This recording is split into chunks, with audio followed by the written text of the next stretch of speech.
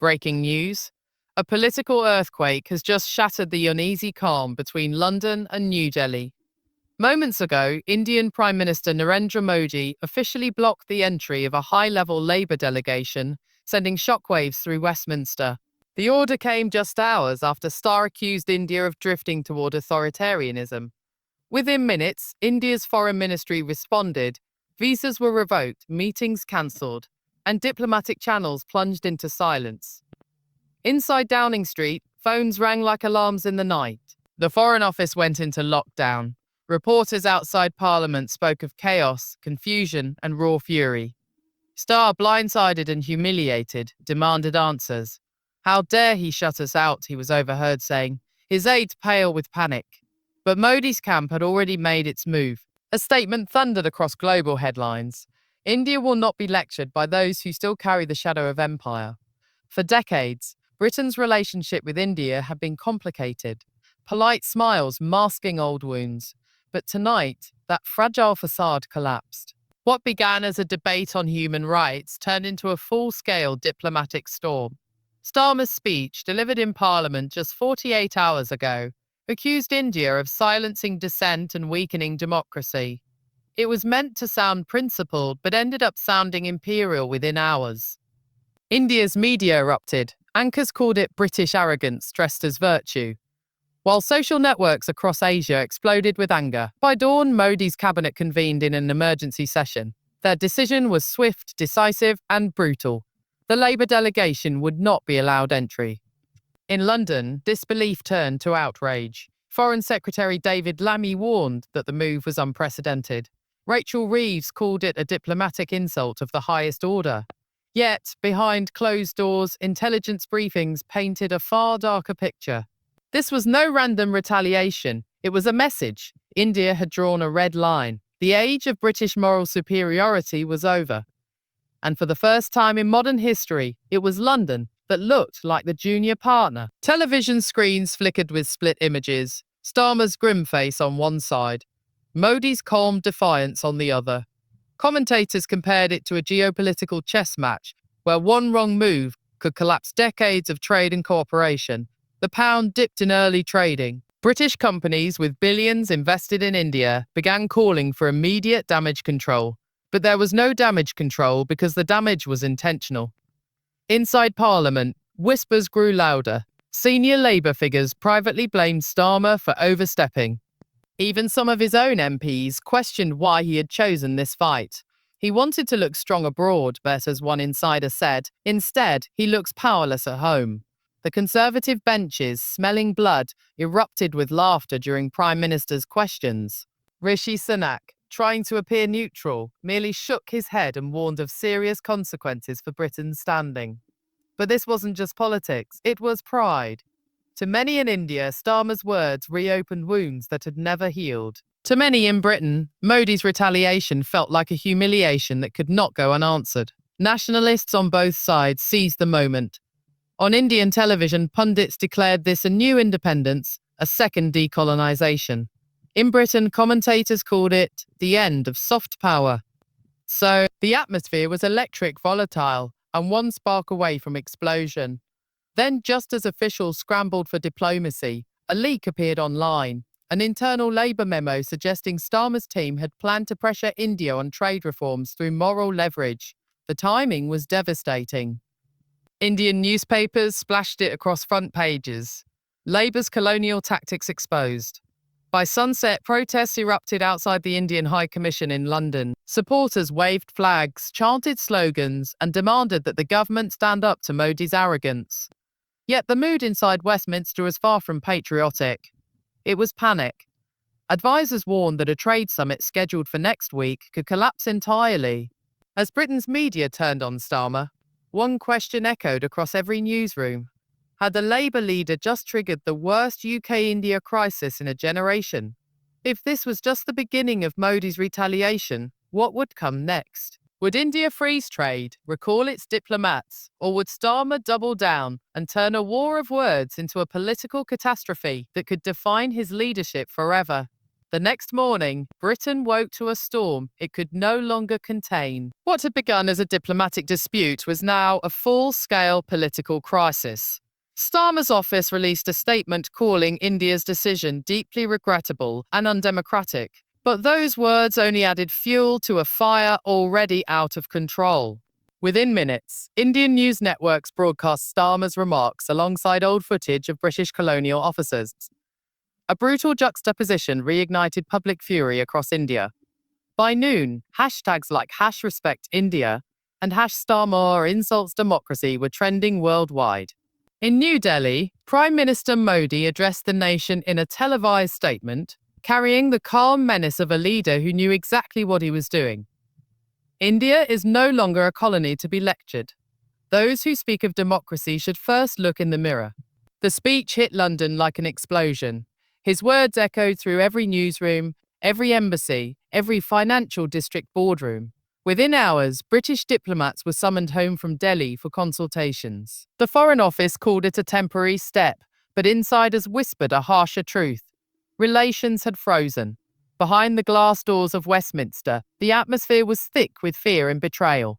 Advisors huddled in back rooms, scrambling for ways to contain the fallout. "We can't win this," one senior aide admitted quietly. "Every word we say makes it worse." Newspapers began to turn. What had started as a moral crusade was now being framed as a reckless miscalculation.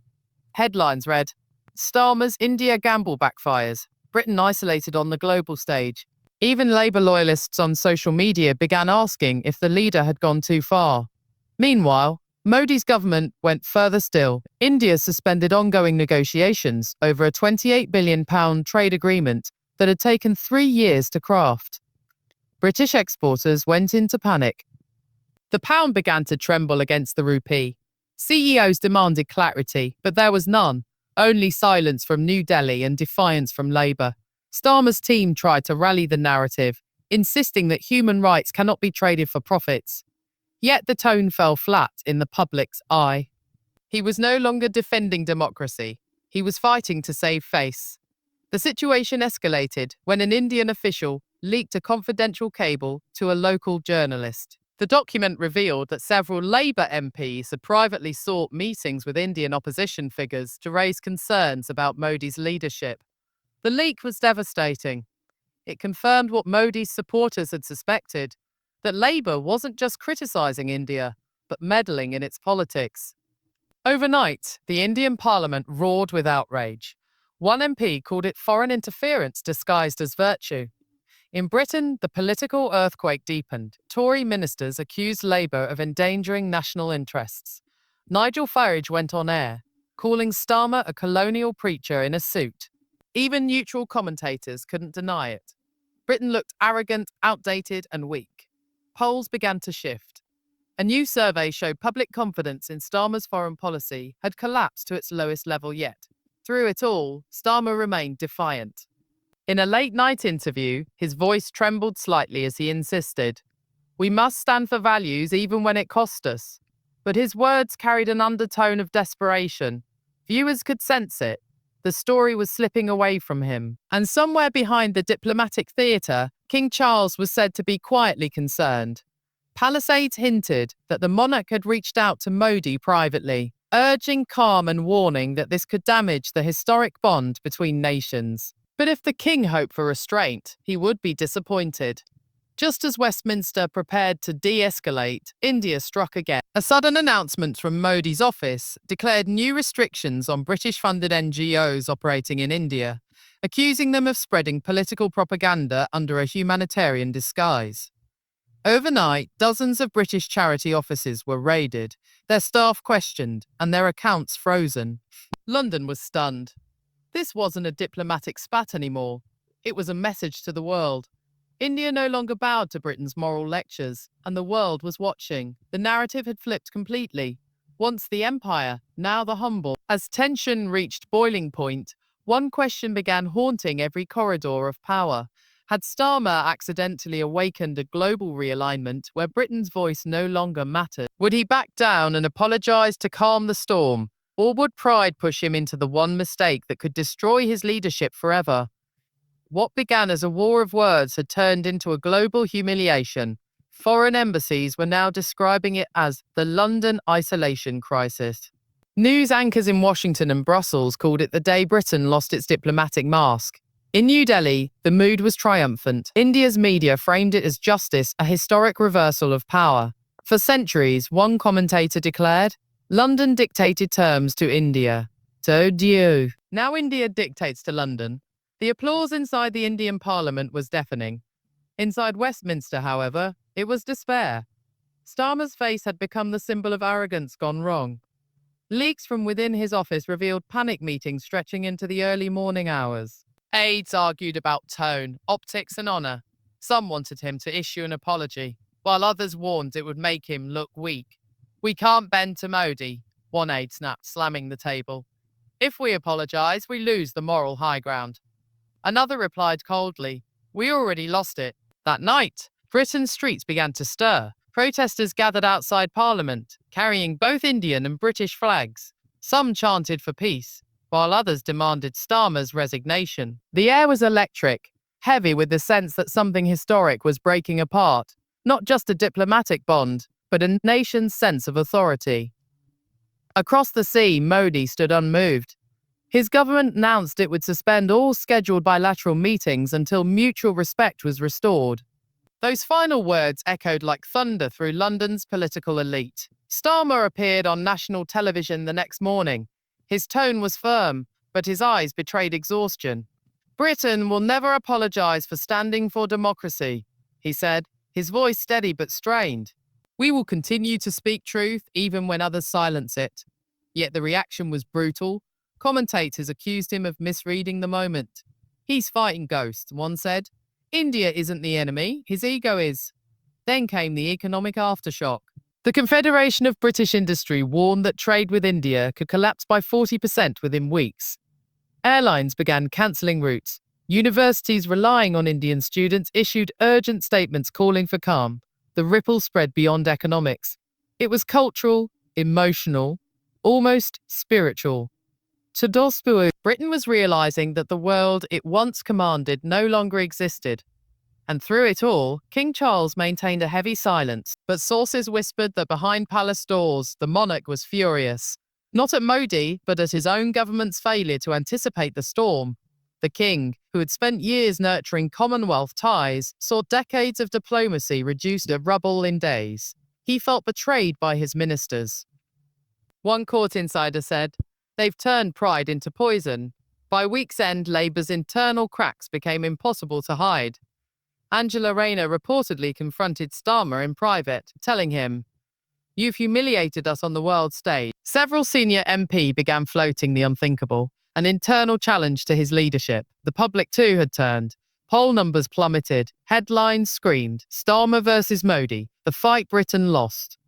Yet behind the noise, something deeper was unfolding. Across the nation, people began asking harder questions about Britain's identity, its place in the modern world, and its lingering sense of entitlement. How had a single speech turned allies into adversaries? How had one man's pride undone decades of progress? The conversation had shifted from politics to principle, and in that shift lay a painful truth. The empire's shadow still haunted the island that once ruled half the world. The final blow came quietly, almost ceremonially. India's ambassador confirmed that all bilateral talks were suspended indefinitely. No shouting, no drama, just silence. The sound of a door closing on centuries of history. That night, Starmer sat, gazing out over the lights of Westminster from his office window. The streets below glowed with blue sirens and protest chants. The weight of his misstep hung in the air like smoke. A single question burned in his mind, and in the minds of the entire nation. Had Britain just witnessed the moment it stopped being a world power? Or was this the wake-up call it needed to find its soul again? But the storm was far from over. As dawn broke over London the next day, a new shockwave rippled through Westminster. A classified intelligence assessment, marked top secret, was leaked to the press. Within minutes, headlines erupted. India formally repositions UK as a non-priority partner in the strategic framework.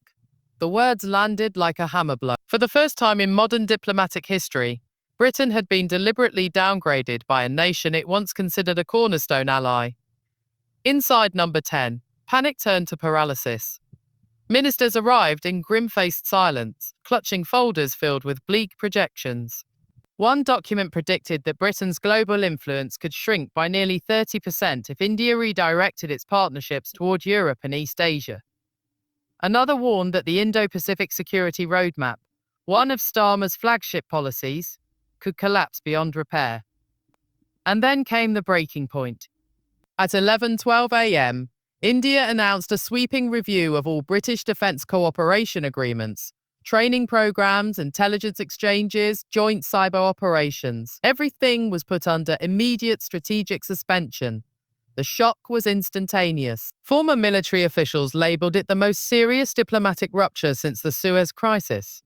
Markets wobbled, the pound dipped again. Inside the House of Commons, tensions boiled over. Conservative MP openly called for Starmer's resignation in a moment that went viral within minutes. One shouted across the chamber, "You've lost Britain's last ally outside Europe." Labour backbenchers sat in stunned silence. Meanwhile, in New Delhi, the response was the complete opposite. India celebrated what media outlets called a sovereign stand. Parliament erupted in applause as a senior minister declared, "No nation, however historic, has the right to speak to us as rulers once did." But the moment that truly shifted global attention came hours later. A joint press conference was unexpectedly announced between India and France, one of Britain's closest defence partners. Standing before a sea of cameras, the French foreign minister praised India as the world's most indispensable democratic power, a phrase historically reserved for the United Kingdom. The symbolism was unmistakable. France was signalling to the world that there was a new preferred partner. Back in London, the atmosphere turned suffocating. Negotiators in the Foreign Office were told to brace for further deterioration. Behind the scenes, cabinet infighting reached breaking point. Some argued Starmer must apologise publicly. Others insisted an apology would embolden India further. One minister reportedly shouted, "If we kneel now, we'll never stand again."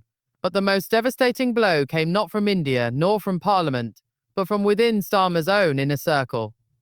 At 7:43 p.m., a senior Labour strategist resigned, live on television. His statement was brutal, unfiltered, and historic. This crisis was avoidable. We warned the Prime Minister repeatedly. He ignored every voice except his own. The resignation shattered the last illusion of unity. Outside Westminster, crowds swirled again, this time in the thousands. Some waved signs reading peace with India now, while others demanded Starmer step aside for the good of the nation. Police formed tight barriers as tensions rose. And then, just as the night reached its peak, the world was hit with yet another unexpected twist. India's Ministry of External Affairs announced it would address the crisis live at 9:00 p.m. UST. Every newsroom on Earth held its breath. Every diplomatic channel fell silent. Every British official, from the Foreign Secretary down to junior aides, waited with dread.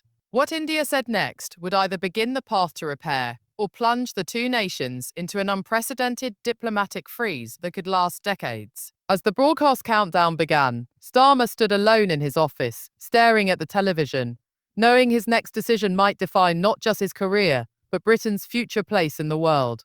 And when the clock struck 9, the screen faded to black. Then the emblem of India appeared. A single voice began to speak, and the world leaned in. The room fell silent for a full 5 seconds. No one inside Kensington Palace moved. Not the senior aides, not the private secretaries, not even the 2 security officers who had rushed in after hearing raised voices. Prince William stood perfectly still, his expression carved from stone. The Prime Minister's envoy, a thin man in a grey suit who had been sent to deliver the message personally, looked as if he wished he could disappear into the wallpaper. "You can tell the Prime Minister," William said calmly, "that the Crown will not be pressured. Not today, not ever." The envoy swallowed, nodded, and hurried out of the room, clutching the sealed document as though it were radioactive. The moment the door shut, the tension broke at once. "He knows what this means," one advisor whispered. "Oh, he knows," another replied. That request was unconstitutional, and he pushed it anyway.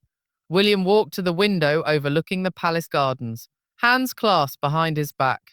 If he tries to force this, he said quietly, he'll trigger a crisis he cannot control. Outside, the autumn wind rattled the branches, scattering leaves across the gravel paths like warning signs. Messages began lighting up on palace staff phones. Journalists asking for statements, ministers demanding clarification, senior civil servants declaring the situation urgent. Then came the alert from Buckingham Palace. The king has been informed. He is preparing a formal response. William closed his eyes for a moment. Then this is no longer a disagreement, he murmured. This is a line in the sand, a pause, a deep breath. Let's prepare for what comes next. And with that, the heir to the throne turned back to his advisors, stepping into a constitutional storm that would shake the entire country before the night was over. Share your thoughts in the comments section and subscribe to our channel for more UK news. Thank you.